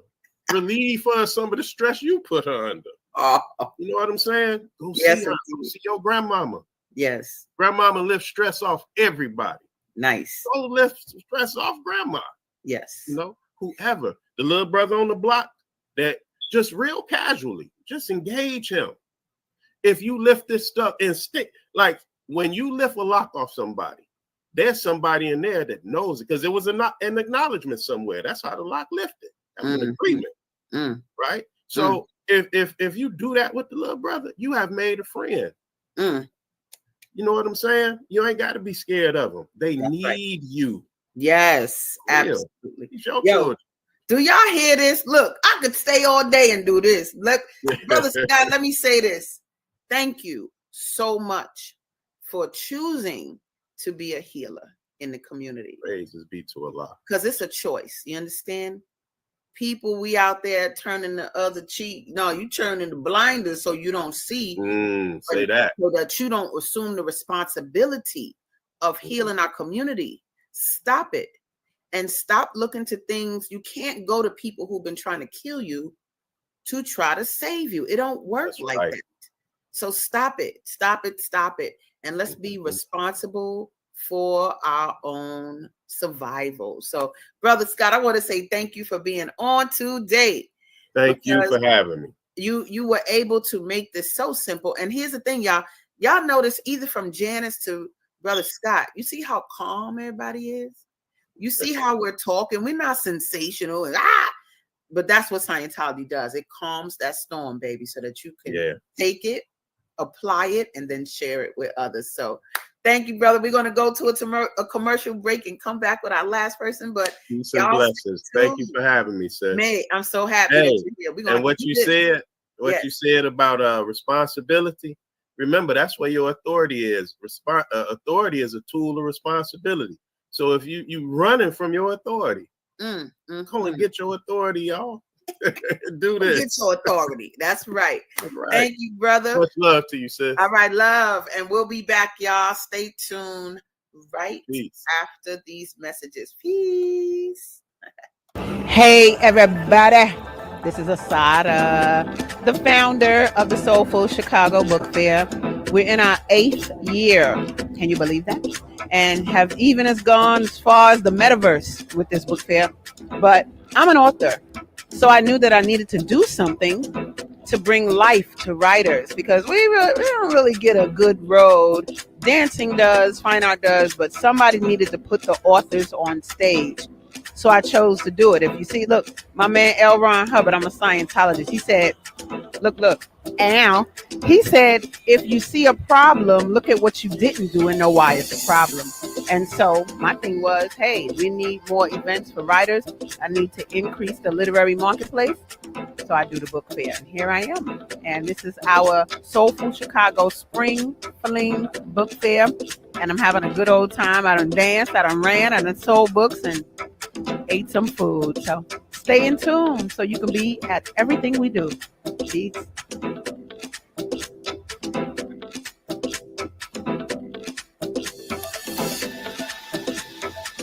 Every day, millions of people ask, what is Scientology?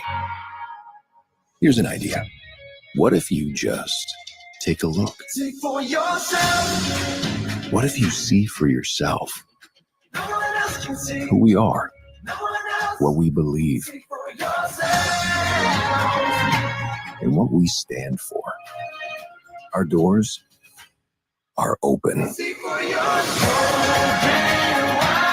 to all people of all faiths in every corner of the world. Just look inside. You will know it when you see with your own eyes. So what is Scientology? See for yourself. Maybe it's time to look and decide for yourself.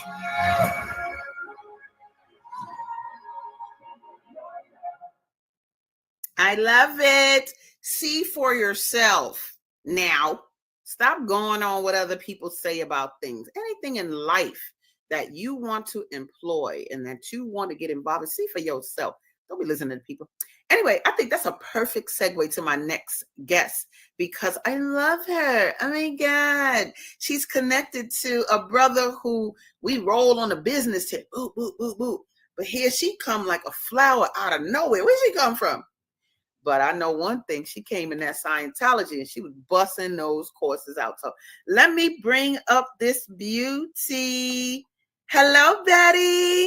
Hello. How are you? What a chocolate princess you are. You're just such a chocolate queen. Look at you. Thank you. Yes. Thank you for being here, no doubt, because you know, when I think of people that I admire that use the tech, you actually come up a lot in my mind.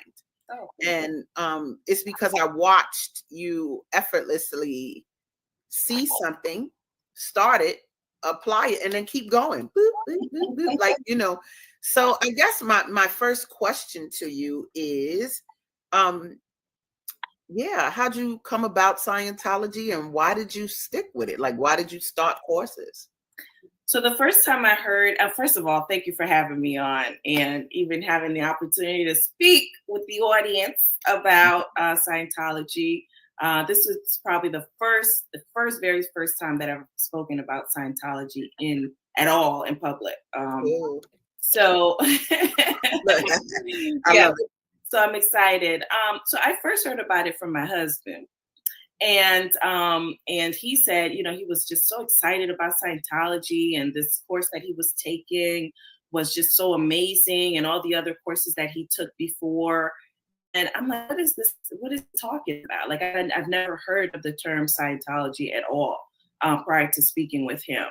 And so finally, one time we went to one of your events, actually. You invited us to attend. And he said, let's just go there and make it a date night. So we did. We went, and I was just in awe of just the testimonials of people and just the information that was shared even during that event. And I said, wow, I have to come back and experience it for myself. And I did. I surely did. And I started taking those courses, and it really changed my life. It changed my perspective on a lot of things, and I'll go into that a little bit deeper as we go through.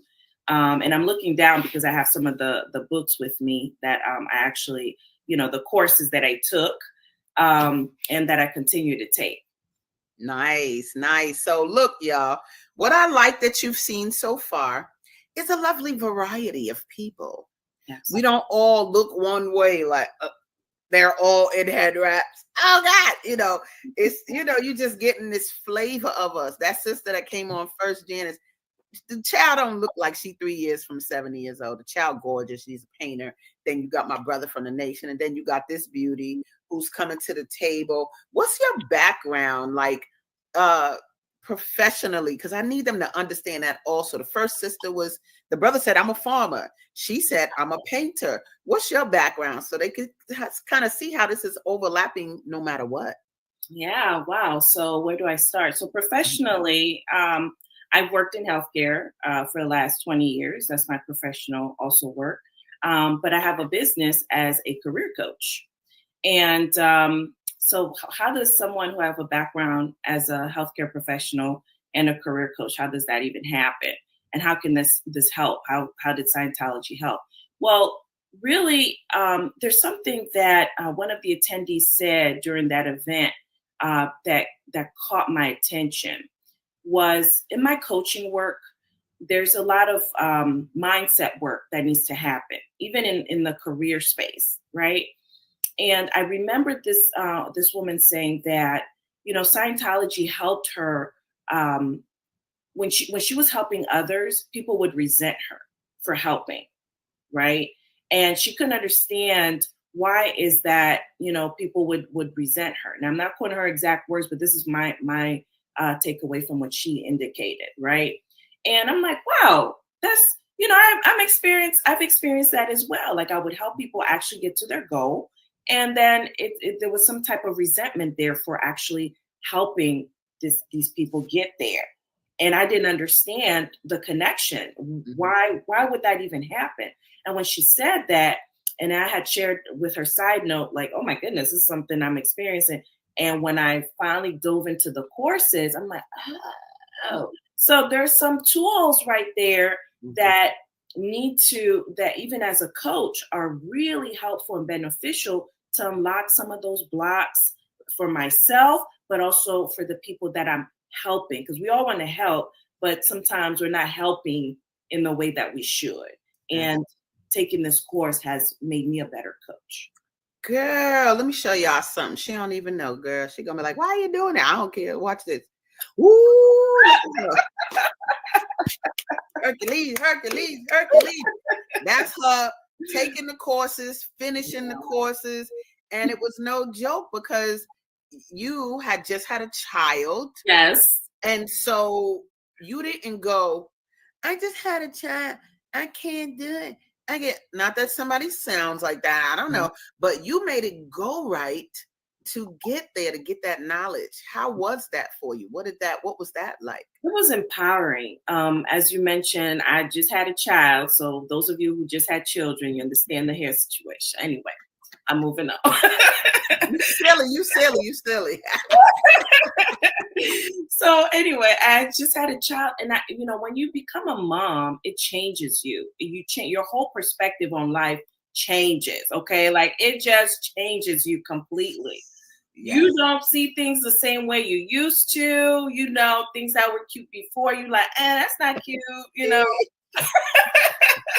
So it did, and so I wanted to be the best human being that I could possibly be for this new child that came into the world as I'm being a mother.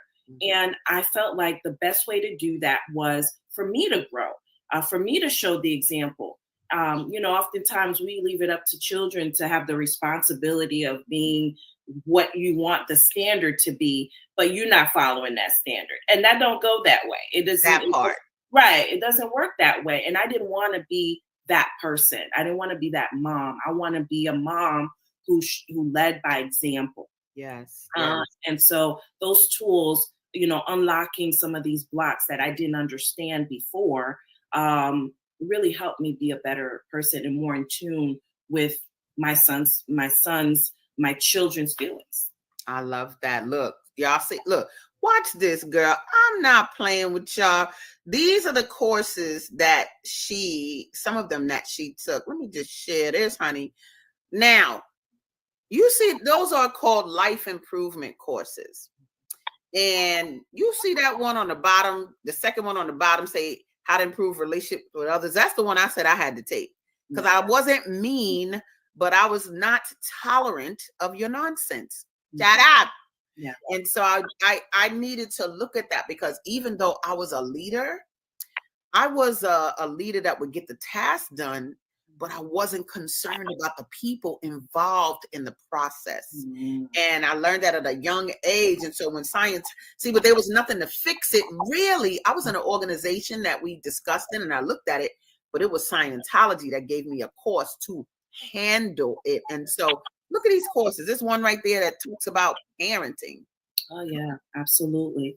Parenting teens and tweens, which is something that you also have to deal with, right? Yes, I do. Talk about it, girl.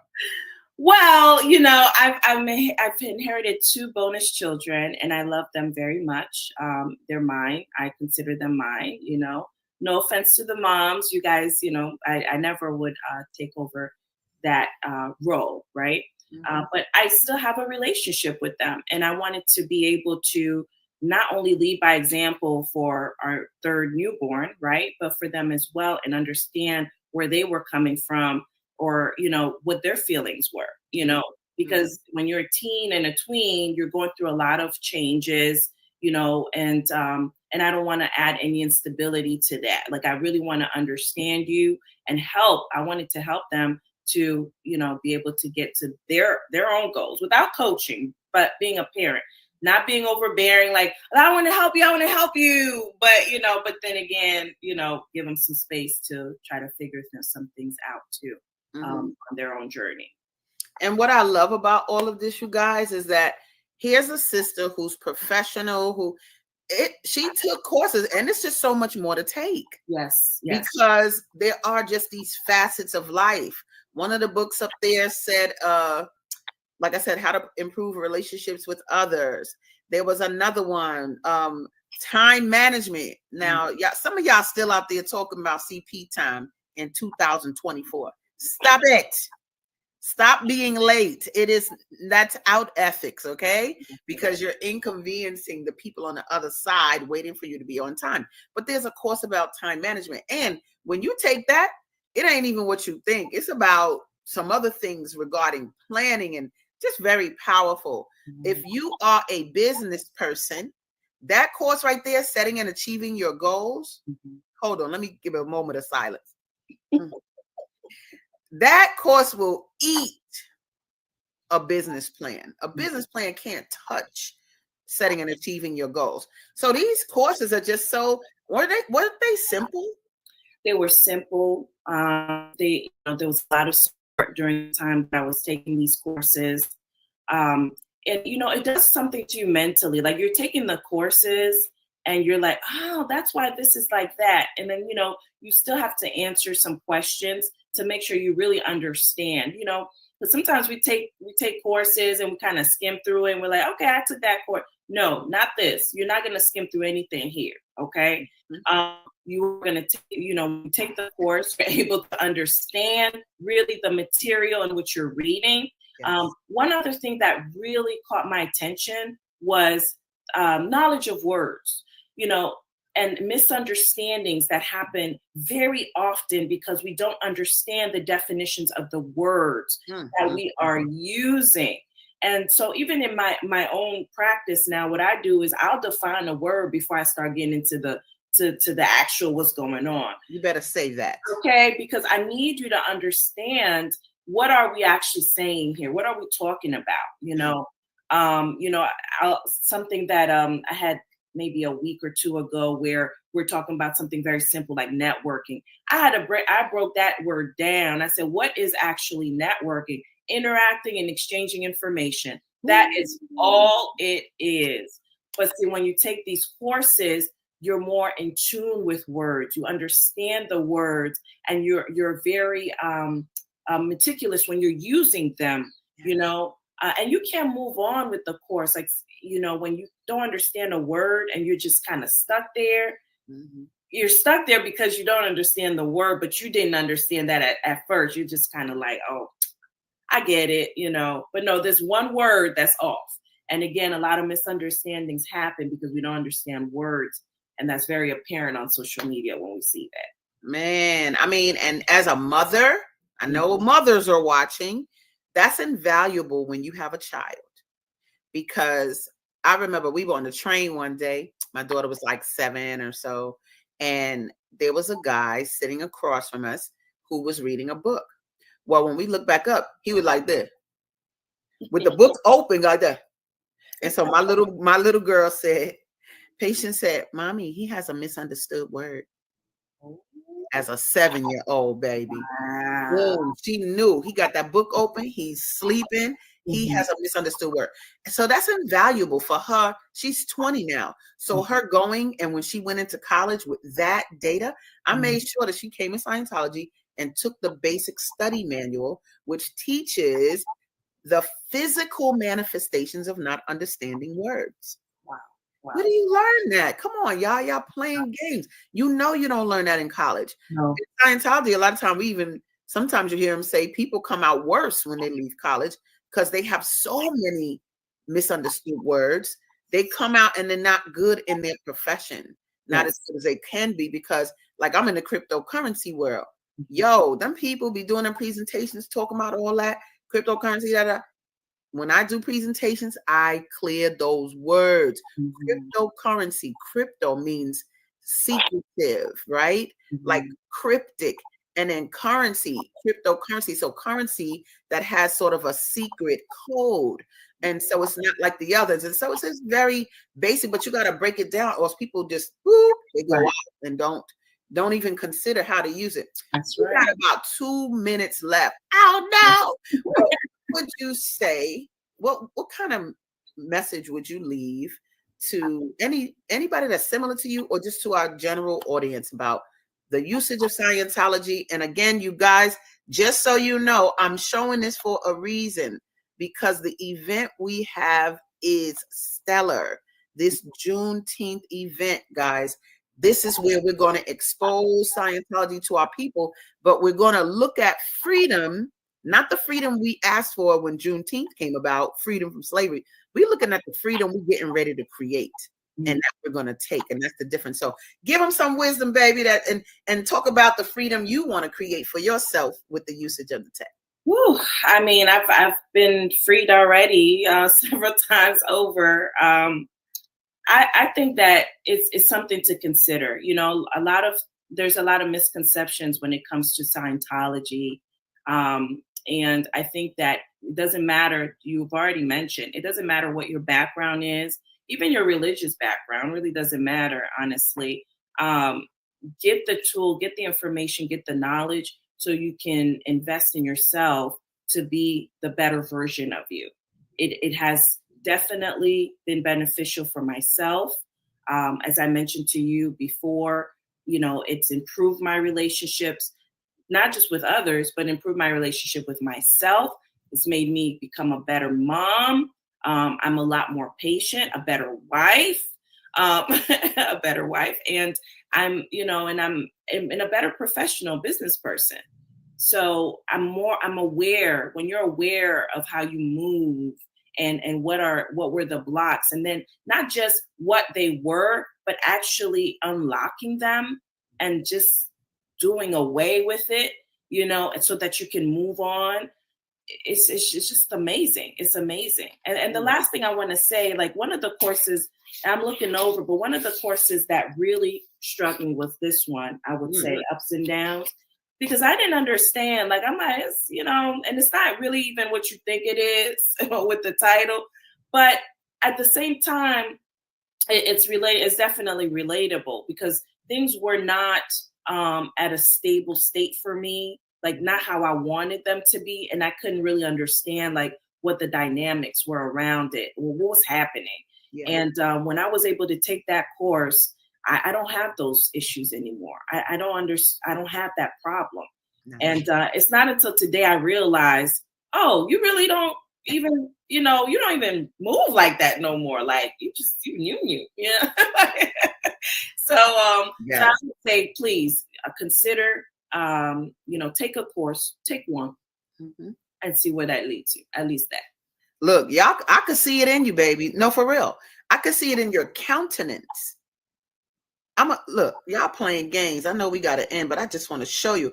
You can literally see the difference in you as a being. Look, y'all. We love the curly Q, whatever you talking about. But your countenance looks like a calm, mature sister. You know what I'm saying? Yeah. Versus you was cute here too, but you could see the maturity and the beauty, baby. So I want to say thank you for coming on today. Thank you for applying the tech, and we're going to keep going. You guys, thank you for being here. Be here next Tuesday for Gathering of the Griots for more grandeur. But for now, we're going to say goodbye, and we love you. Peace. Bye. All right, let's get it. We've come to the end of our show today. If you missed any broadcasts, go to our website for the audio and video archives at www.thefemalesolution.com. On behalf of our team of radio hosts, I'd like to thank all of you who participated in today's discussions. And to our global family joining us from all around the world, we say thank you. To our family in China, xie xie. India, Dhanyavad. Japan, arigato. Korea, kamsamnida. Russia, spasiba. Germany, danke. Poland, dziękuję. France, merci. Spain, gracias. Italy, grazie. Egypt, shukran. Ghana, madasi. Nigeria, eshe. South Africa, ngiyabonga. Senegal, jaref. Kenya, asante. Israel, toda. Pakistan, shukriya. Afghanistan, tashakur. Saudi Arabia and Palestine, shukran. Assalamu alaikum wa rahmatullahi wa barakatuh. Thank you, and may peace be upon you and the mercy of God and God's blessings.